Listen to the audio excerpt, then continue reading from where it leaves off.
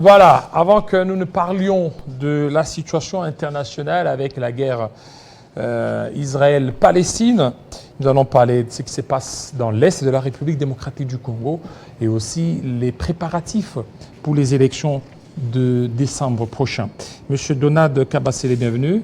Merci, monsieur le journaliste. Cadre de l'UDPS. À tous les millions de téléspectateurs qui ont l'occasion Cadre de l'UDPS. Cadre de l'UDPS, je salue tous les combattants qui me suivent en ce moment. Tous les combattants. Ouais. Alors, Léo Azalendo, aujourd'hui, on est en train de voir, c'est comme si c'est un appui du gouvernement, alors que lorsqu'on essaie de voir, ce sont des groupes qui travaillent ou qui fonctionnent en toute illégalité. Il y a l'armée congolaise, mais on commence déjà à comprendre qu'ils sont en train de voler la vedette à l'armée congolaise, Léo Azalendo. Moi, je pense bien le contraire de ce que vous dites. Je ne pense pas que les Ouazalendo ont un objectif de voler une quelconque vedette à notre armée qui est très organisée et qui se comporte très bien sur la scène des opérations. Pas du tout. Moi, plutôt, comme beaucoup de Congolais, nous saluons ces sursauts patriotiques. Parce que, écoute, quand une population est meurtrie, elle est pillée, saccagée, brûlée, chaque jour, chaque matin, chaque soir, ok? Vous n'allez pas demander à cette population de croiser les bras, pas du tout.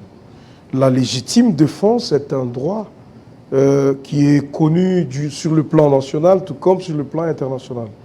Alors qu'on ait une conscience collective de notre jeunesse qui s'organise pour assurer sa légitime défense, qui se bat contre... Est-ce que vous avez pensé aussi, parce que oui, c'est bien aujourd'hui, vous les félicitez, ces gens-là, ils ne se battent pas parce qu'ils aiment ce pays.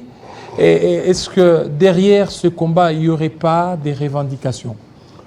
Ben écoute, du moment où les compatriotes vous disent clairement que nous avons besoin d'aller aux élections et que notre Massissi, notre coin, ne peut pas rater ces rendez-vous électoraux. Voyez-vous, c'est une revendication qui est légitime. Vous ne trouvez pas la population de ce coin ne pas vouloir aller aux élections.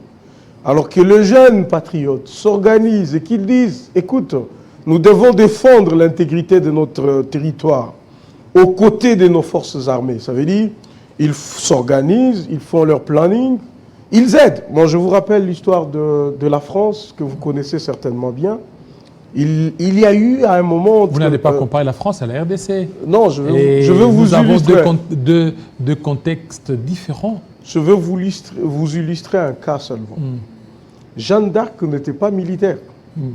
Jeanne d'Arc était une jeune fille qui a pris juste la voie du devoir et qui a dit « Je vais m'organiser en tant que citoyenne, je prendrai l'arme, je défendrai mon pays. » Aujourd'hui, elle est héros. Alors, elle est héros en France. Elle n'était pas militaire au départ. Oui, maintenant... Donc, vous n'allez pas empêcher une population qui pense soutenir d'une manière ou d'une autre son armée. Parce qu'il y aurait défaillance de l'armée ou comment? Non, mais écoute... donc, c'est le rôle que devrait certainement jouer l'armée. Non, mais écoute, vous avez une guerre que vous venez d'évoquer tout à l'heure entre l'Israël et la Palestine. Vous voyez tous les Israélites, les Israéliens ou les Palestiniens dire, bon, écoute, c'est une affaire d'armée, c'est la guerre, nous, on n'a que faire. Pas du tout. Donc, à certains moments, tous les compatriotes devraient contribuer. Contribuer. Oui, à la guerre d'une manière ou d'une autre. Alors, en dénonçant l'ennemi, est-ce que vous aviez tenu compte des réalités ou des conséquences après? Regardez la guerre en Libye.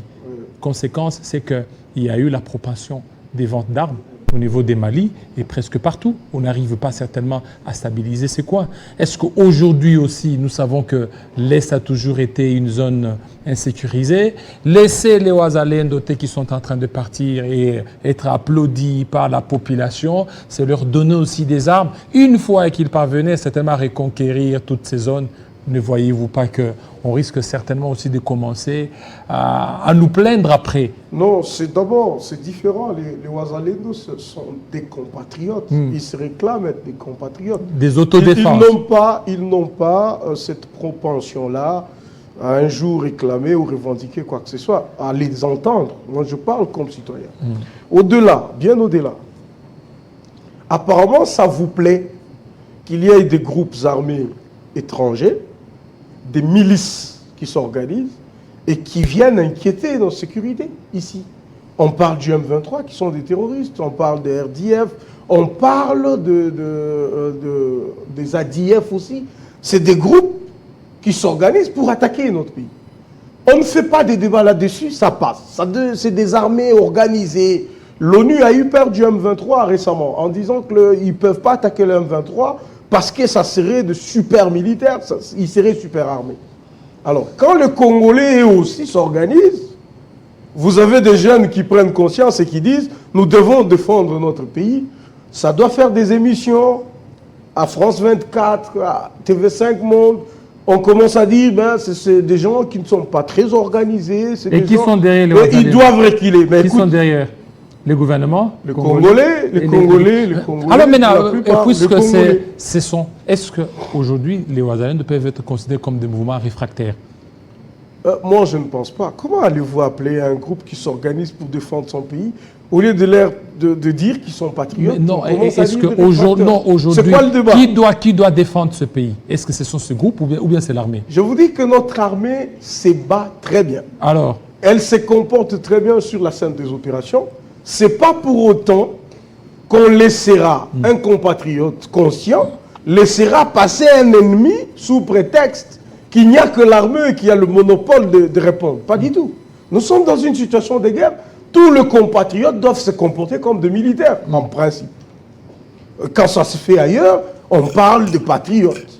Voyez-vous? Alors quand ça se fait ici, il ne faut pas qu'on dise c'est des réfracteurs, c'est des gens patriotes envoyés avec des armes. Non mais écoute, mon frère. Mais maintenant, alors imaginez, oui. Après Bunagana, une fois que Bunagana est pris, vous allez les démobiliser. Non mais écoute, on a assisté à une autre guerre, parce que ce n'est pas la première guerre, elle n'est pas inédite cette guerre. En Russie, il y a eu la guerre. On a fait recours aux réservistes. Vous voyez? Donc les Ouazalendo, ce sont des réservistes. Non mais je te donne juste un exemple. On a fait recours aux réservistes. Des gens qui, à un moment donné, savaient manipuler l'arme à feu, ils ont abandonné, ils sont partis dans autre chose. On leur a dit, revenez, parce que le pays a attaqué. Alors quel est... S'il te plaît. Allez-y. Il y a eu également un appel à la mobilisation générale qui a été lancé pour dire, nous devons nous approprier de notre propre sécurité. Alors, que les gens s'organisent, qu'ils viennent dire au FRDC, nous sommes prêts à vous accompagner. Quel est le statut juridique reconnu aux Ouazalendo? Ce sont des compatriotes. Des compatriotes? Ce sont des Congolais. Avec des armes? Non, mais écoute... Et puis en tenue militaire. Donc, pour vous, on doit tuer en RDC, on doit voler parce qu'ils ne sont pas des militaires. Non, ils peuvent passer des forces. La force reste à la loi. Mais bien sûr. Et en plus de cela, c'est que nous avons notre constitution qui reconnaît à nos FRDC d'assurer la sécurité. C'est ce qu'ils font. Oui, bon. Le FRDC sécurise. Mais le fait de laisser aux Ouazalendo. Mais laisser qui a laissé? Vous voulez dire quoi? Non, le fait de laisser aux Ouazalendo. Ce sont les Ouazalendo qui sont là. Aujourd'hui, on est en train de les applaudir. Aujourd'hui, c'est tout le monde qui est derrière. Aujourd'hui, on est en train d'oublier les prouesses de notre armée. Il n'y a personne qui a oublié les prouesses de notre armée. D'ailleurs, notre armée, c'est elle qui définit la politique militaire. C'est notre armée qui a la tactique. Donc c'est notre armée qui définit s'il te plaît, s'il te plaît. Je ne veux pas que vous me fassiez dire ce que je n'ai pas dit. Allez-y. J'ai dit notre armée se bat très bien. Cela n'empêche pas les compatriotes qui peuvent suivre après de sécuriser les zones récupérées par nos FRDC. Sécuriser la population, c'est sécuriser soi-même. Vous n'allez quand même pas demander que je sois militaire pour sécuriser moi-même ma maison. Aujourd'hui, ce n'est pas que la RDC joue à la diversion.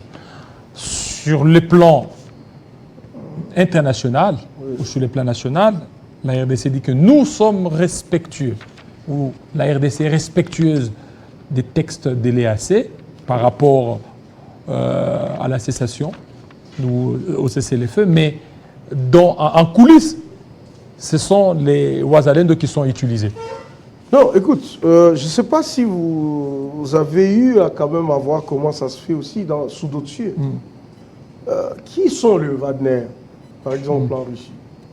Je ne dis pas que les Ouazalendo sont nos Wagner ici, voyez-vous? Mais qui sont-ils?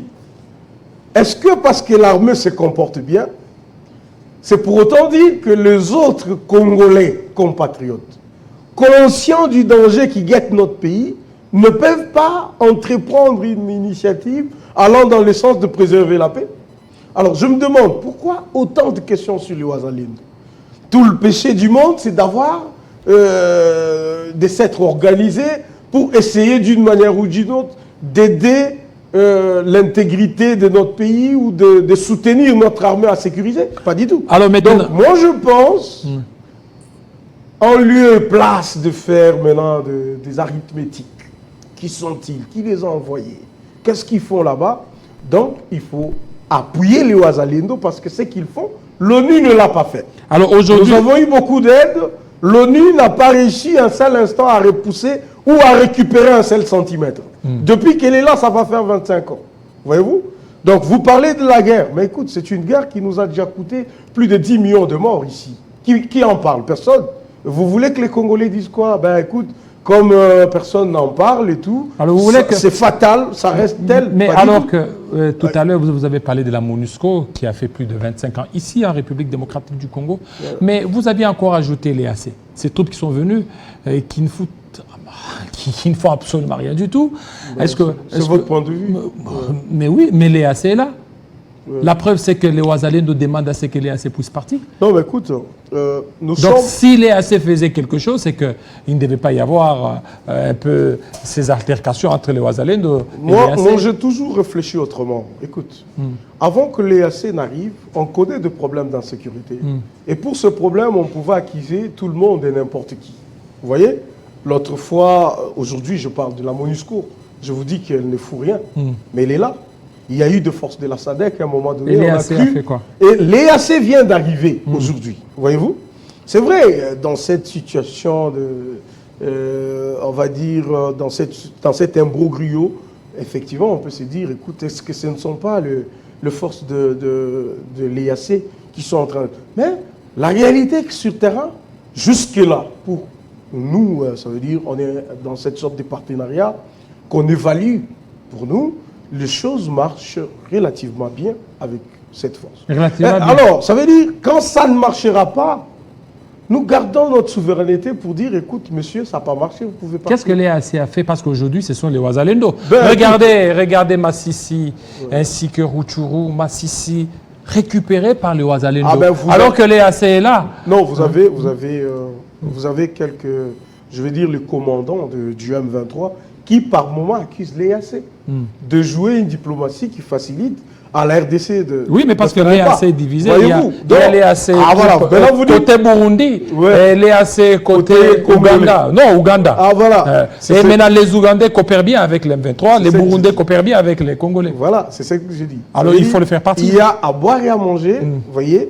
Jusque-là, nous, en tant que gouvernement, vous voyez, on n'a pas encore découvert des failles qui peuvent faire à ce que ces mariages soient dissous, voyez-vous. Donc jusque-là, quand on récupère les localités... Mais le 8 décembre, ça sera la fin de la mission de l'EAC. Mais ça n'empêche pas ou bien ça sera renouvelé. C'est une faculté.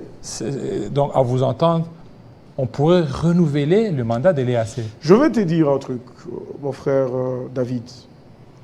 Dans cette situation de l'Est, il n'y a pas que la RDC qui pose problème. Dans cette histoire de l'Est, tout le pays de la région se plaigne. Parce que souvent, quand il y a insécurité chez nous, quand on tue, nos populations ont toujours tendance à se réfugier dans un pays ou dans un autre. Ce qui fait que le problème devient un problème de la région. Ça veut dire que ça doit être résolu avec la présence de tous les autres voisins. C'est dans ces cadres-là qu'une force a été mise en place qui reprend les forces des Burundais, des Ougandais, de ceci-là, des Angolais et tout, pour former cette communion de l'Est, pour voir comment chacun peut avoir un commandement pour que cette histoire cesse définitivement. Effectivement, Nous avons des pays qui sont visiblement traîtres, donc ils vous disent quelque chose, ils font autre chose. Ça arrive, parce qu'ils ont des dividendes à tirer dans la guerre.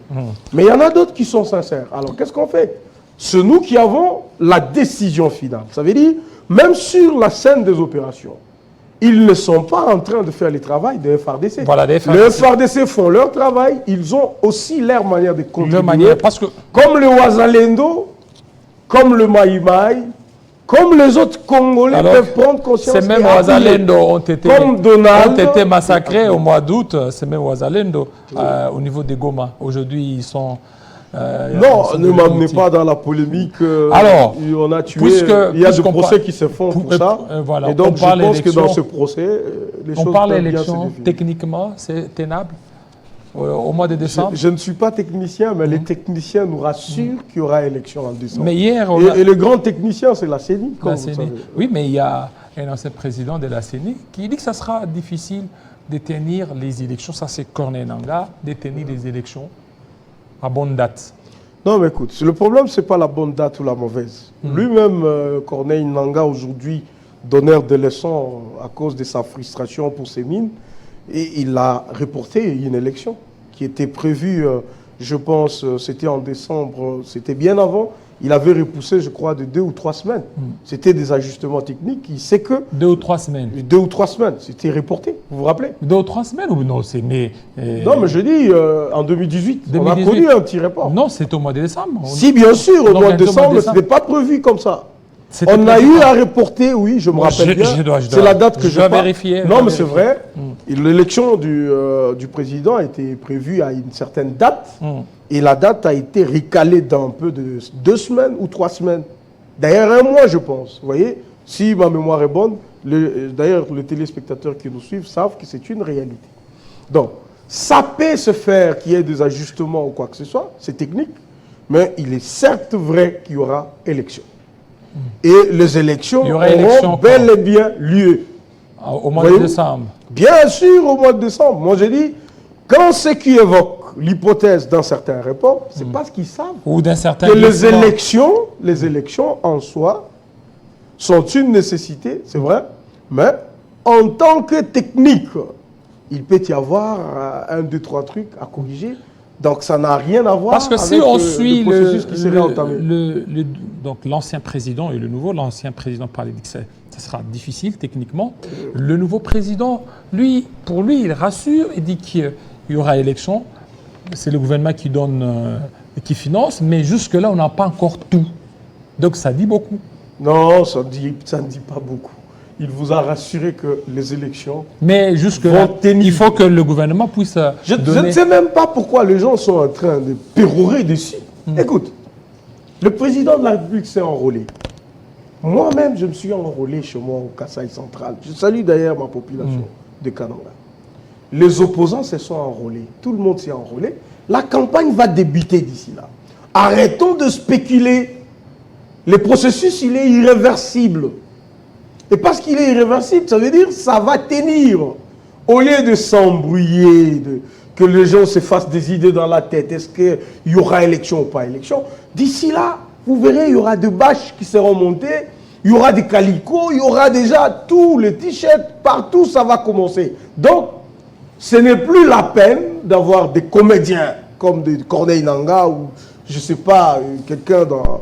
je ne sais pas dans quel coin il se trouve, qu'est-ce qu'il avait bu avant de dire tout ça, ou qu'est-ce qu'il boit actuellement. Donc, on ne peut pas se laisser embrouiller par des comédiens qui, dans leur tête, le seul objectif, c'est de saper, c'est de cracher sur le processus parce qu'ils sont plus partis, ils font plus partie du cercle de jeu. Donc, ça n'a quelqu'un, il peut être frustré en thérapie, une carrière, parce qu'effectivement, tu n'avais rien payé pour avoir cette carrière. C'est pas la peine parce qu'on t'a ravi la carrière, tu commences à débiter de mensonges et de contre-vérités au moment où le Congolais, vous êtes là, David, Jean-David. Pensez-vous qu'il n'y aura pas élection? Et vous voyez les candidats se préparer, vous recevez des candidats ici, même s'ils ne font pas campagne. Mais vous voyez l'atmosphère. Voilà, merci. Vous pensez que la CENI va recevoir des candidatures, et puis après, la CENI va dire, écoutez, j'ai reçu les candidatures, j'ai pris l'argent, je lance la campagne, mais après, il y aura élection. Il n'y aura pas élection. Non. C'est ces discours-là qui fait échouer l'opposition. Si l'opposition a besoin de réussir, on a appris qu'ils vont aller encore à, je sais pas, à Genève ou en Belgique pour qu'on leur dise chez les Blancs qui est-ce qu'ils vont choisir comme candidat commun. Ils vont le faire, ils vont aller, on va payer des hôtels pour eux, des billets, des taxis, on va le mettre dans 2 bus, on va les amener là-bas. Donc, ils comprennent aussi que le processus, il est réversible. Merci. Donc, il y aura élection. Merci On beaucoup. doit arrêter de tergiverser là-dessus Merci. et considérer qu'il y aura élection. Élection. Merci beaucoup pour ces assurances, Monsieur Donald Kabasele. On va parler cette fois-ci de l'international, de cette guerre israélienne. Tout de suite.